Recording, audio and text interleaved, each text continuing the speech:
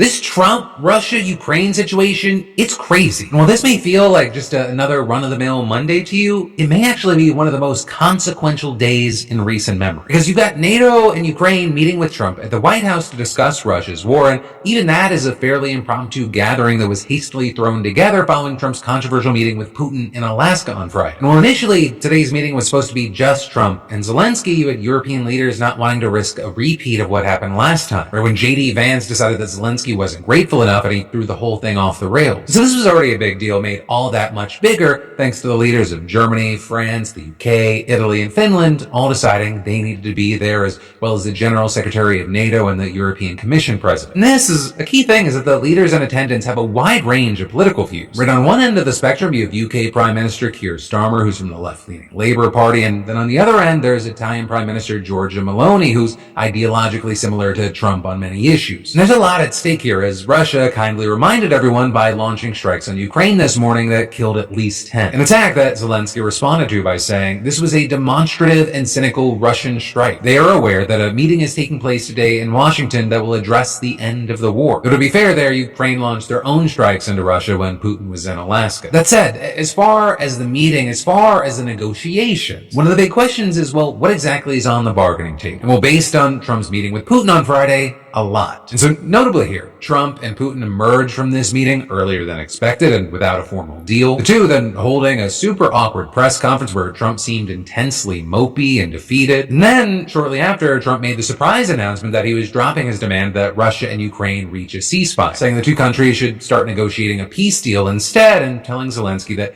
Russia had demanded that the remainder of Ukraine's Donbass region be handed over as a condition for ending the war. With Trump then also indicating that he intends to pressure Zelensky into agreeing to Putin's terms, with him writing in a post on Truth Social late last night. President Zelensky of Ukraine can end the war with Russia almost immediately if he wants to, or he can continue to fight. With him then adding, quote, "Remember how it started, no getting back Obama given Crimea 12 years ago without a shot being fired, and no going into NATO by Ukraine. Some things never change." But Trump's wishes will likely be a tall order, because in Putin's version of a peace plan, Russia would get not only all of the Donbass, but also the Ukrainian land that it currently holds, meaning that Ukraine would need to give up even more land. But you have many saying that's just a non-starter for today's talks, because Zelensky has long claimed that Ukraine would not give up land to Russia and reward it for its aggression. And that's without mentioning the massive problem that Zelensky cannot even legally agree to a deal that gives up land, because Ukraine's constitution actually flat out bans territorial concessions unless there's a nationwide referendum. And according to local pollsters, 78% of Ukrainians are against it. But either way, the world's hoping for some answers coming out of this meeting, and even before things got underway, we had a teaser. And that because before the meeting with the European delegation, he met with Zelensky for a quick talk with the press, which had a sense of deja vu, with some exceptions. Where Ukrainian lawmakers joke that at least there wasn't a yelling match this time. Zelensky also made his own jokes to lighten the mood, such as when the reporter who called him out for not wearing a suit last time complimented Zelensky's outfit today. President Zelensky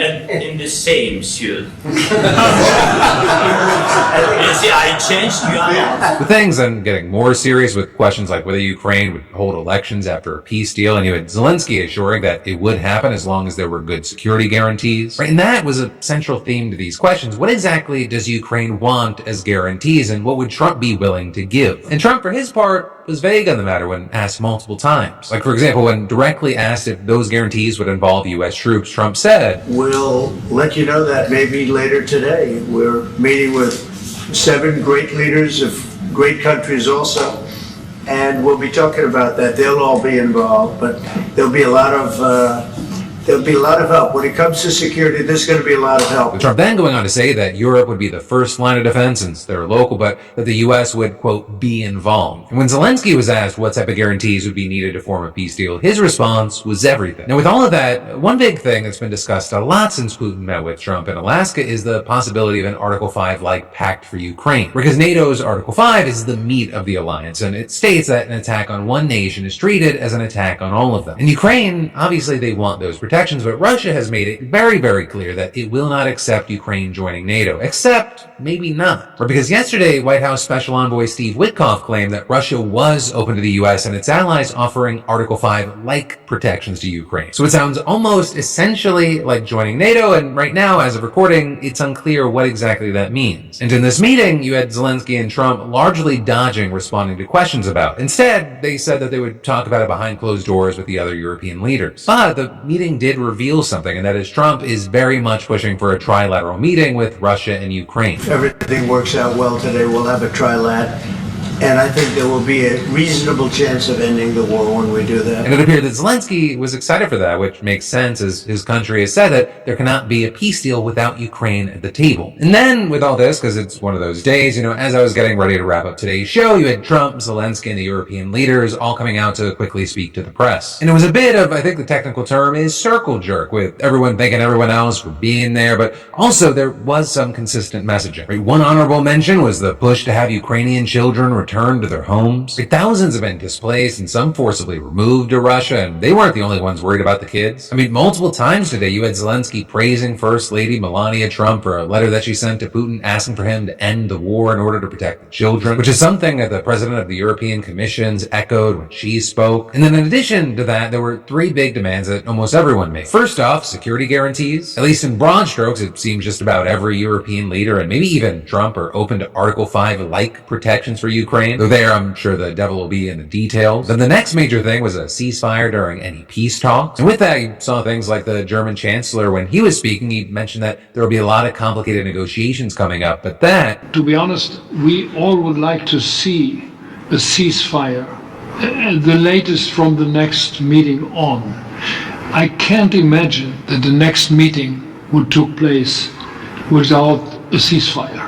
So let's work on that, and let's try to put pressure on Russia, because the credibility of these efforts we are undertaking today are depending on at least a ceasefire from the beginning of the serious negotiations. You also had similar sentiments being echoed by others, although this was something that Trump has pushed back against after his Alaska rendezvous with Putin. Because like I mentioned, after the meeting, he said that he understood that for strategic reasons, either side may not want a ceasefire as it gives the other time to rearm and build without any guarantees of a peace. But Trump, he thinks it's a minor speed bump and claimed, in the 6 wars that I've settled, I haven't had a ceasefire. We just got into negotiations, and one of the wars was, as you know, in the Congo was 31 years long.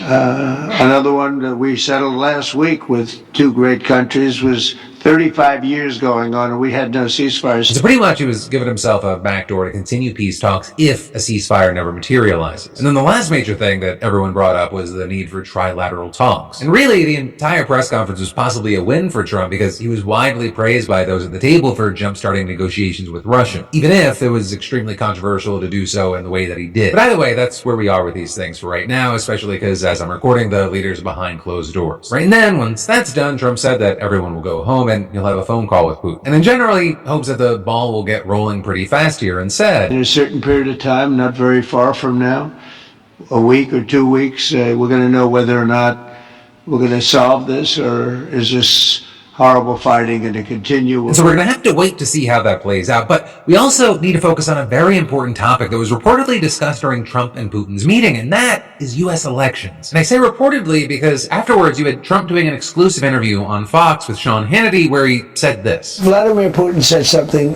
one of the most interesting things. He said your election was rigged because you have mail-in voting. He said mail-in voting, every election. He said no country has mail-in voting. It's impossible to have mail-in voting and have honest elections. And he said that to me. It was very interesting because we talked about 2020. He said, you won that election by so much. And that's how he got it. He said, and if you would have won, we wouldn't have had a war. You'd have all these millions of people alive now instead of dead.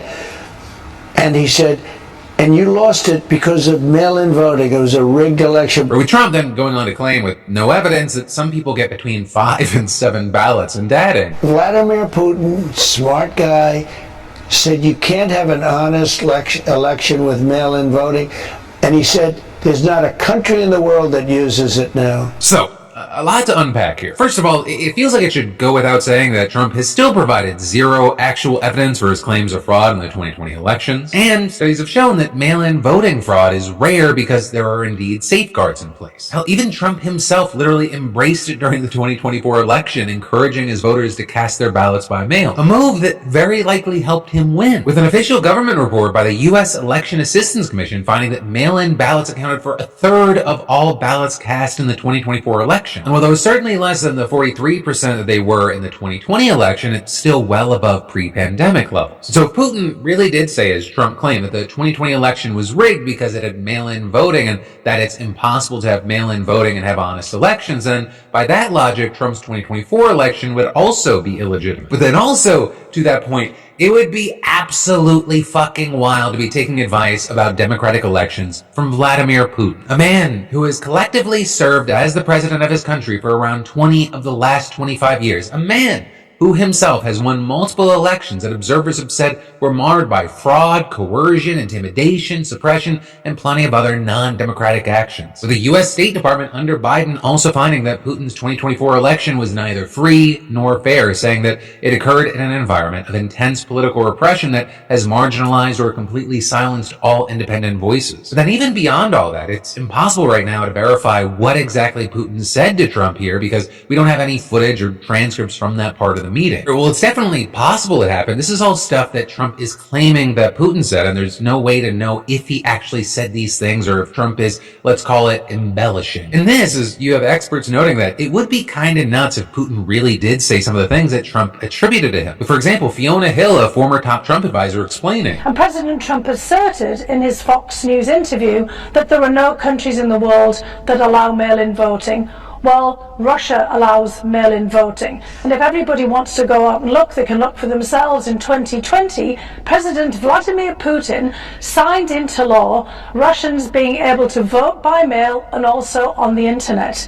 And more than 30 other countries also allow some forms of mail-in voting. So it's just not true that other countries, including Russia, don't use this. But she did also indicate that she does believe that Putin and Trump did have some kind of conversation about mail-in ballots. Well, look, this is Vladimir Putin, as usual, trying to manipulate US domestic politics. I've seen him do this over and over again. And Putin wants to sow chaos in the American electoral system ahead of the midterms. So, of course, he's laid into this whole issue of mail-in voting. And if that is Putin's goal, he's already achieving it. Just this morning, you had Trump making a lengthy post on Truth Social where he announced that he was, quote, going to lead a movement to get rid of mail-in ballots, and adding that while we're at it, he would also get rid of voting machines that he described as highly inaccurate, very expensive, and seriously controversial. With Trump then going on to falsely claim again that the U.S. is the only country in the world that still uses mail-in ballots, incorrectly asserting that, quote, all others gave it up because of the massive voter fraud encounter, and alleging with no evidence that Democrats cheat at levels never before seen, and arguing that they are virtually unelectable without using this completely disproven mail-in scam. And as far as how Trump hopes to achieve this, he said in his post that he'll sign an executive order ahead of the 2026 midterms. While he didn't provide any more information about exactly what the order would do, he said, remember, the states are merely an agent for the federal government in counting and tabulating the votes. They must do what the federal government, as represented by the President of the United States, tells them for the good of our country to do. The key thing is you have experts arguing that is not what the Constitution actually says. Instead, it gives states the power to set their own election policies unless Congress passes a law preempting them. And even beyond that, the Constitution doesn't just give the president the authority to unilaterally tell states what to do regarding the administration of their elections. And during the presser with Zelensky ahead of their meeting, Trump was asked to expand on his Truth Social post. And he basically just responded by going on a long rant where he made the same exact points. And while Trump didn't provide any specific information about his plans, he did make it clear that his vague executive order is just the beginning. And we, as a Republican Party, are going to do everything possible that we get rid of mail-in ballots. We're going to start with an executive order that's being written right now by the best lawyers in the country to end mail-in ballots because they're corrupt. And so as a result, you have experts saying that This is just another part of his strategy to sow distrust in our elections and prevent voters from holding him accountable. And then I've got more to dive into here with you on this, but first I need to take a second to thank a sponsor for making our show possible and say, debt, it feels like a trap, right? You're juggling bills, trying to make ends meet, and then, oh my God, another late fee or high interest charge. And guess what? That's not a mistake. That's how they keep you stuck. But our sponsor, PDS Debt, they're all about getting you unstuck. They help people just like you dealing with credit card bills, personal loans, medical expenses, actually get out from under all of it. And there's no minimum credit score required, no shame, just a personalized plan from real people who actually get it. PDS Debt isn't just about talking the talk. They help hundreds of thousands of people break free from debt, and it's not just me saying that. They're A+ rated by the Better Business Bureau, and they have thousands of 5-star reviews on Google and Trustpilot. The system's messed up, but you don't have to stay stuck in it. And hey, you're 30 seconds away from starting your journey to being debt-free. Get your free assessment and find the best option for you now at pdsdebt.com/DeFranco or scan the QR code. That's pdsdebt.com/DeFranco. QR code's on screen, so scan that thing and take the first step. Then back to the news, and specifically the situation around erosion of voting rights and trust in our systems. We have to talk about the huge updates in this national gerrymandering war. Starting with the news that the Texas Democrats have returned home, with them announcing this morning that they'd arrived back in Austin, giving Republicans the quorum they need to pass their new congressional map. Right, because as you likely remember, the state's GOP answered Trump's call to create 5 more Republican seats in the House, and doing so by orchestrating an openly partisan mid-decade redistricting plan that would deliver him exactly that. But then you had over 50 Democrats leaving the state, which prevented the Republicans from voting on the map, and in the 2 weeks since then, the Republicans, they've applied pressure every way they can to force them back. Right, the legislature got civil arrest warrants for them. They threatened nearly $400,000 in fines. Attorney General Ken Paxton sued to remove them from office. Senator John Cornyn had the FBI help track them down, and Governor Greg Abbott accused them of holding up a vote on aid for flood victims. But through all that, you saw the Democrats persisting, saying they would return home if 1, the special session in Texas ended, and 2, California proposed its own congressional map to counter Texas. And you ended up seeing both of those things happening on Friday. So despite the reality that they're effectively buckling, the Democrats spun this as a win, with their State House Caucus Chair Gene Wu saying, "We killed the corrupt special session, withstood unprecedented surveillance and intimidation, and rallied Democrats nationwide to join this existential fight for fair representation, reshaping the entire 2026 landscape." And adding, "We're returning to Texas more dangerous to Republicans' plans than when we left. Our return allows us to build the legal record necessary to defeat this racist map in court, take our message to communities across the state and country, and inspire how to fight these undemocratic redistricting schemes in their own state houses." But also, the fact remains that Abbott simply called another special session right after the first one ended, and he promised to keep calling them one after another until the Democrats gave up. And so it's really hard to dispute with the statement from the New York Times that said, "The walkout did not change the raw political dynamics in Republican-dominated Texas, and Democrats remained in the situation they were in before they left, powerless to permanently stop the new map from being adopted." But also, I will say they are correct in that they put a glaring spotlight on Texas. And in doing that, they provoked a national response from blue states, especially California. And speaking of California, you had Democrats unveiling their proposed map, which would give them 5 more seats, effectively canceling out the GOP's gains in Texas. And if in 2026 all 5 seats flip, Republicans would only have 4 seats left in the state, leaving Democrats with 48. But also, some things have to happen to get there. First, the state's legislature has to actually get the map passed, and they're set to consider it this week. Then, if 2/3 of lawmakers approve it, the voters themselves will have to approve it as well in a ballot measure on November 4th. And then notably, if that map passes, it'll be effective for 2026,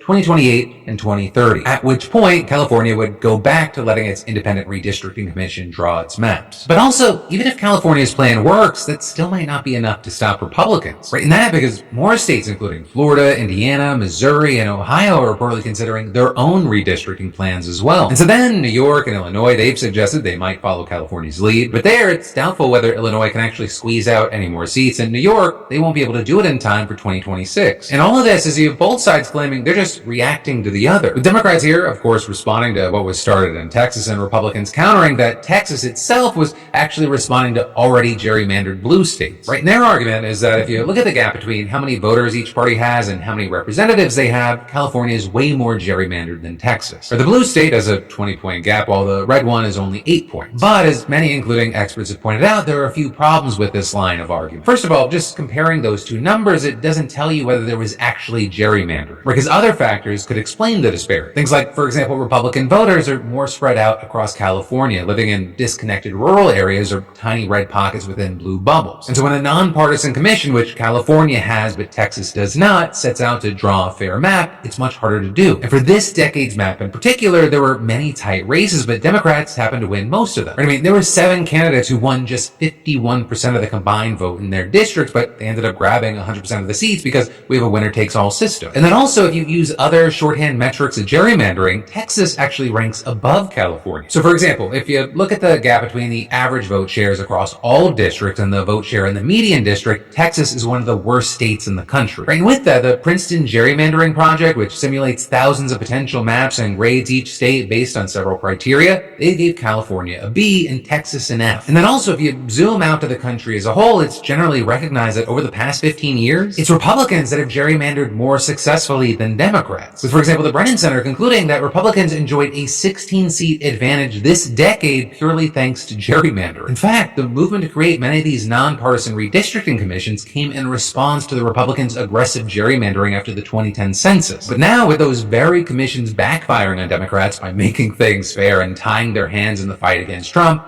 attitudes are changing. How even groups that have long opposed gerrymandering, like Common Cause, have said that it wouldn't automatically condemn Democrats for attempting to even the playing field. And so what we're seeing, especially as voters demand bolder actions from their representatives, is that certain Democrats are strategically posturing themselves as the anti-Trump, a dynamic that advantages governors in solidly blue states who can afford to be aggressively partisan. We're talking people like Illinois' J.B. Pritzker, California's Gavin Newsom, and New York's Kathy Hochul. Though it's disadvantaging Democratic governors who preside over divided or even Republican state legislators and can't afford to stick their necks out too much. Think Pennsylvania's Josh Shapiro, Minnesota's Tim Walz, and Kentucky's Andy Beshear. And so then with that, assuming that some of these people have presidential ambitions, I'm looking at you, Gavin Newsom. This is shaping up not only to be something that decides the 2026 election, but also a reputation-building opportunity as we go into the 2028 election. But that's also not where the controversy ends today, because when we look at U.S., Israel, Gaza news, the Trump White House is halting visas for all people from Gaza, seemingly in direct response to far-right outrage over injured children getting medical treatment here. Right, and that is, we also have to talk about how the number of kids that Israel's killing, it just keeps going up. You've got a leaked recording serving as new evidence of the government's alleged genocidal intent. And finally,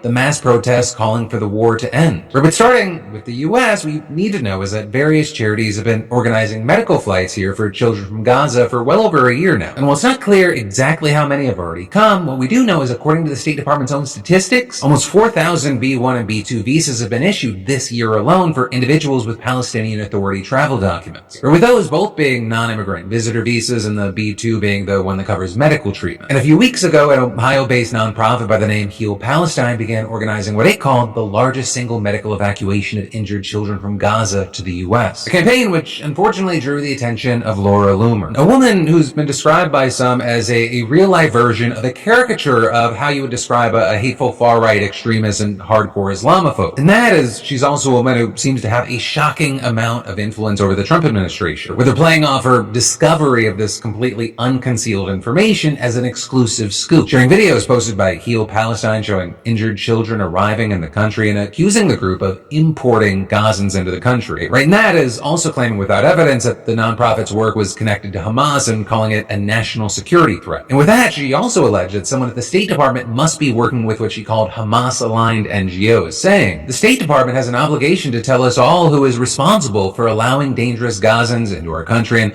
no more Gazans can ever be allowed to enter the U.S." And again, like, she's not some random internet mouthpiece. You actually have Republican lawmakers tagged in her post, responding and promising to take action, with Loomer also saying that she spoke to Secretary of State Marco Rubio herself on Friday night to alert him to the flights and what she called the threat of an Islamic invasion. And not long after that, you had the State Department announcing that all visitor visas from individuals from Gaza are being stopped while it conducts a full and thorough review, with Loomer then responding by saying, "God only knows how many lives I personally saved today by blowing the whistle on rogue actors at State Department giving visas to Gazan families." But that is, on the flip side, you you had Heal Palestine responding with a statement saying it's distressed by the State Department's decision and explaining that it's an American humanitarian nonprofit organization delivering urgent aid and medical care to children in Palestine, including sponsoring and bringing severely injured children to the U.S. on temporary visas for essential medical treatment not available at home. And adding, after their treatment is complete, the children and any accompanying family members return to the Middle East, and saying this is a medical treatment program, not a refugee resettlement program. Right? And that is the grim reality, that the number of children in need for medical attention, if they're not already being killed, is rising every day. And it may actually get even worse, especially as earlier this month, Israel approved a plan to launch a new offensive to seize control of Gaza City, the largest population center in the territory. And now it's launching strikes there and across the territory and starting to forcibly evacuate the city's roughly 1 million inhabitants from combat zones to southern Gaza, with them saying that they're doing this for those people's own protection. And this is, at least 1.9 million people in Gaza, or about 90% of the population, have already been displaced at least once. And as for the idea of, this being for their protection, you have people noting, well, there notably have been designated safe zones that have repeatedly been bombed during the war. In fact, reportedly on Saturday, you had an Israeli airstrike in Gaza killing a baby girl and her parents in their tent in an area of southern Gaza previously designated as a humanitarian zone by Israel. And similarly, the aid distribution sites, those haven't exactly been safe either. In fact, just yesterday, Israeli forces killed at least 17 aid seekers, according to reports, adding to at least 1,760 people who have been killed while seeking aid between the end of May and last Wednesday, according to the UN. Right, and that is the overall number reported killed has recently climbed above 60,000, though the actual Gaza death toll is believed to be much higher. And that's even before factoring in starvation, disease, or other so-called indirect causes. Although, of course, Israel has played a direct role in creating these conditions, with today, for example, Amnesty International accusing government of enacting a deliberate policy of starvation in Gaza. And adding to that, Israeli leaders continue to openly talk about mass relocation of people from Gaza, which much of the international community say would amount to ethnic cleansing or the forcible transfer of a population in violation of international law. Because there's nothing voluntary about leaving your home with no idea if you'll be able to return after an occupying power has made most of it uninhabitable. And that is, going further, Israeli officials and other public figures have also in several cases made statements that have been described as evidence of the Israeli government's genocidal intent, which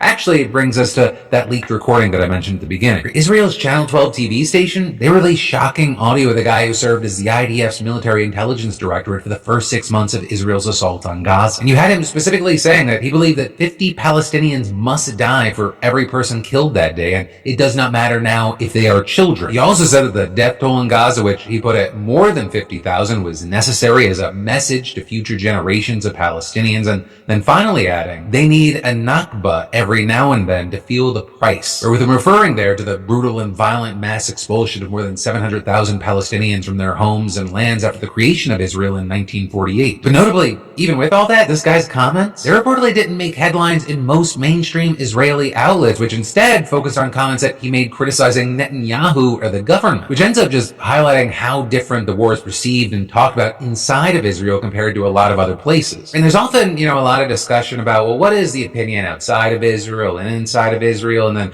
with certain groups. And well, with that, we saw a poll conducted late last month by the Israel Democracy Institute, and they found that 79% of Jewish Israelis said they were either not very troubled or not troubled at all by reports of famine and suffering among Gaza's Palestinian population. And so then with that, you have experts arguing that at least part of the reason for that may be because they've never actually seen reports of famine and suffering in Gaza. For example, the head of freedom of the press at the Union of Journalists in Israel saying, until a couple of weeks ago, you could count only a handful of reports from Gaza not filtered by the IDF. And adding, all the other mainstream media completely ignored what's going on the Palestinian side, the human casualties there, the numbers of children killed in this war. The Israeli audience simply did not see that at all. And while now, there are some signs that that's changing, mass opposition to the war still seems to be largely driven almost entirely by the belief that it's endangering the lives of the remaining hostages. And with that, you had hundreds of thousands of protesters showing up in Tel Aviv over the weekend to call for a ceasefire. In fact, it was actually one of the biggest days of demonstrations in Israel since October 7th, 2023, with protesters gathering at dozens of places, including outside politicians' homes, military facilities, and on major highways. With then, Israeli police blasting crowds with water cannons and making dozens of arrests. So as far as Netanyahu, he has criticized the protests and shown no sign of letting up. And with that, you're seeing things like a former Israeli diplomat in New York telling Al Jazeera, most prime ministers would have resigned after October 7th. He is not just another prime minister. He cares only about his survival. He's driven by some messianic delusions of redrawing the Middle released. But then, finally and quickly today, and some more news you should know about, you first got Florida's GOP trying to launch Deport Depot merch for a new migrant detention center that is until Home Depot shut it down. Or with Governor Ron DeSantis announcing a plan to convert an underused prison into a 1,300-bed migrant detention center, calling it Deportation Depot. So that is, you have many out there saying that this and other facilities that have been popping up, they're just concentration camps. But as far as the facility, it could open in 2 to 3 weeks, staffed by Florida's National Guard. With DeSantis saying it's about processing and deporting migrants quickly, not indefinite detention. And then you had Florida's GOP rolling out Deport Depot gear, talking shirts, mugs, hats, copying Home Depot's orange logo. They're rocking the tagline where Florida gets more done. But within days, Home Depot objected, saying that the party used its branding without permission, and the merch ended up getting deleted from X and the GOP's website. And while you had Democratic State Legislator Anna Eskamani flagging the branding to Home Depot, prompting the takedown, she said that the bigger issue is Florida's anti-immigrant agenda, not just the merch. Right, and all of this is Florida's first detention center, Alligator Alcatraz, faces lawsuits over inhumane conditions and could be shut down. And in other news, you have 5 former Wisconsin basketball players suing their ex-coach, accusing her of psychological abuse and discrimination. Or with Marissa Mosley, the head coach from 2021 to 2024, resigning earlier this year, citing personal reasons. Now, she and the Wisconsin Board of Regents are being sued by 5 ex-players. And as far as the allegations, the lawsuit claims that Mosley inflicted psychological abuse and retaliation, discriminated against players with disabilities,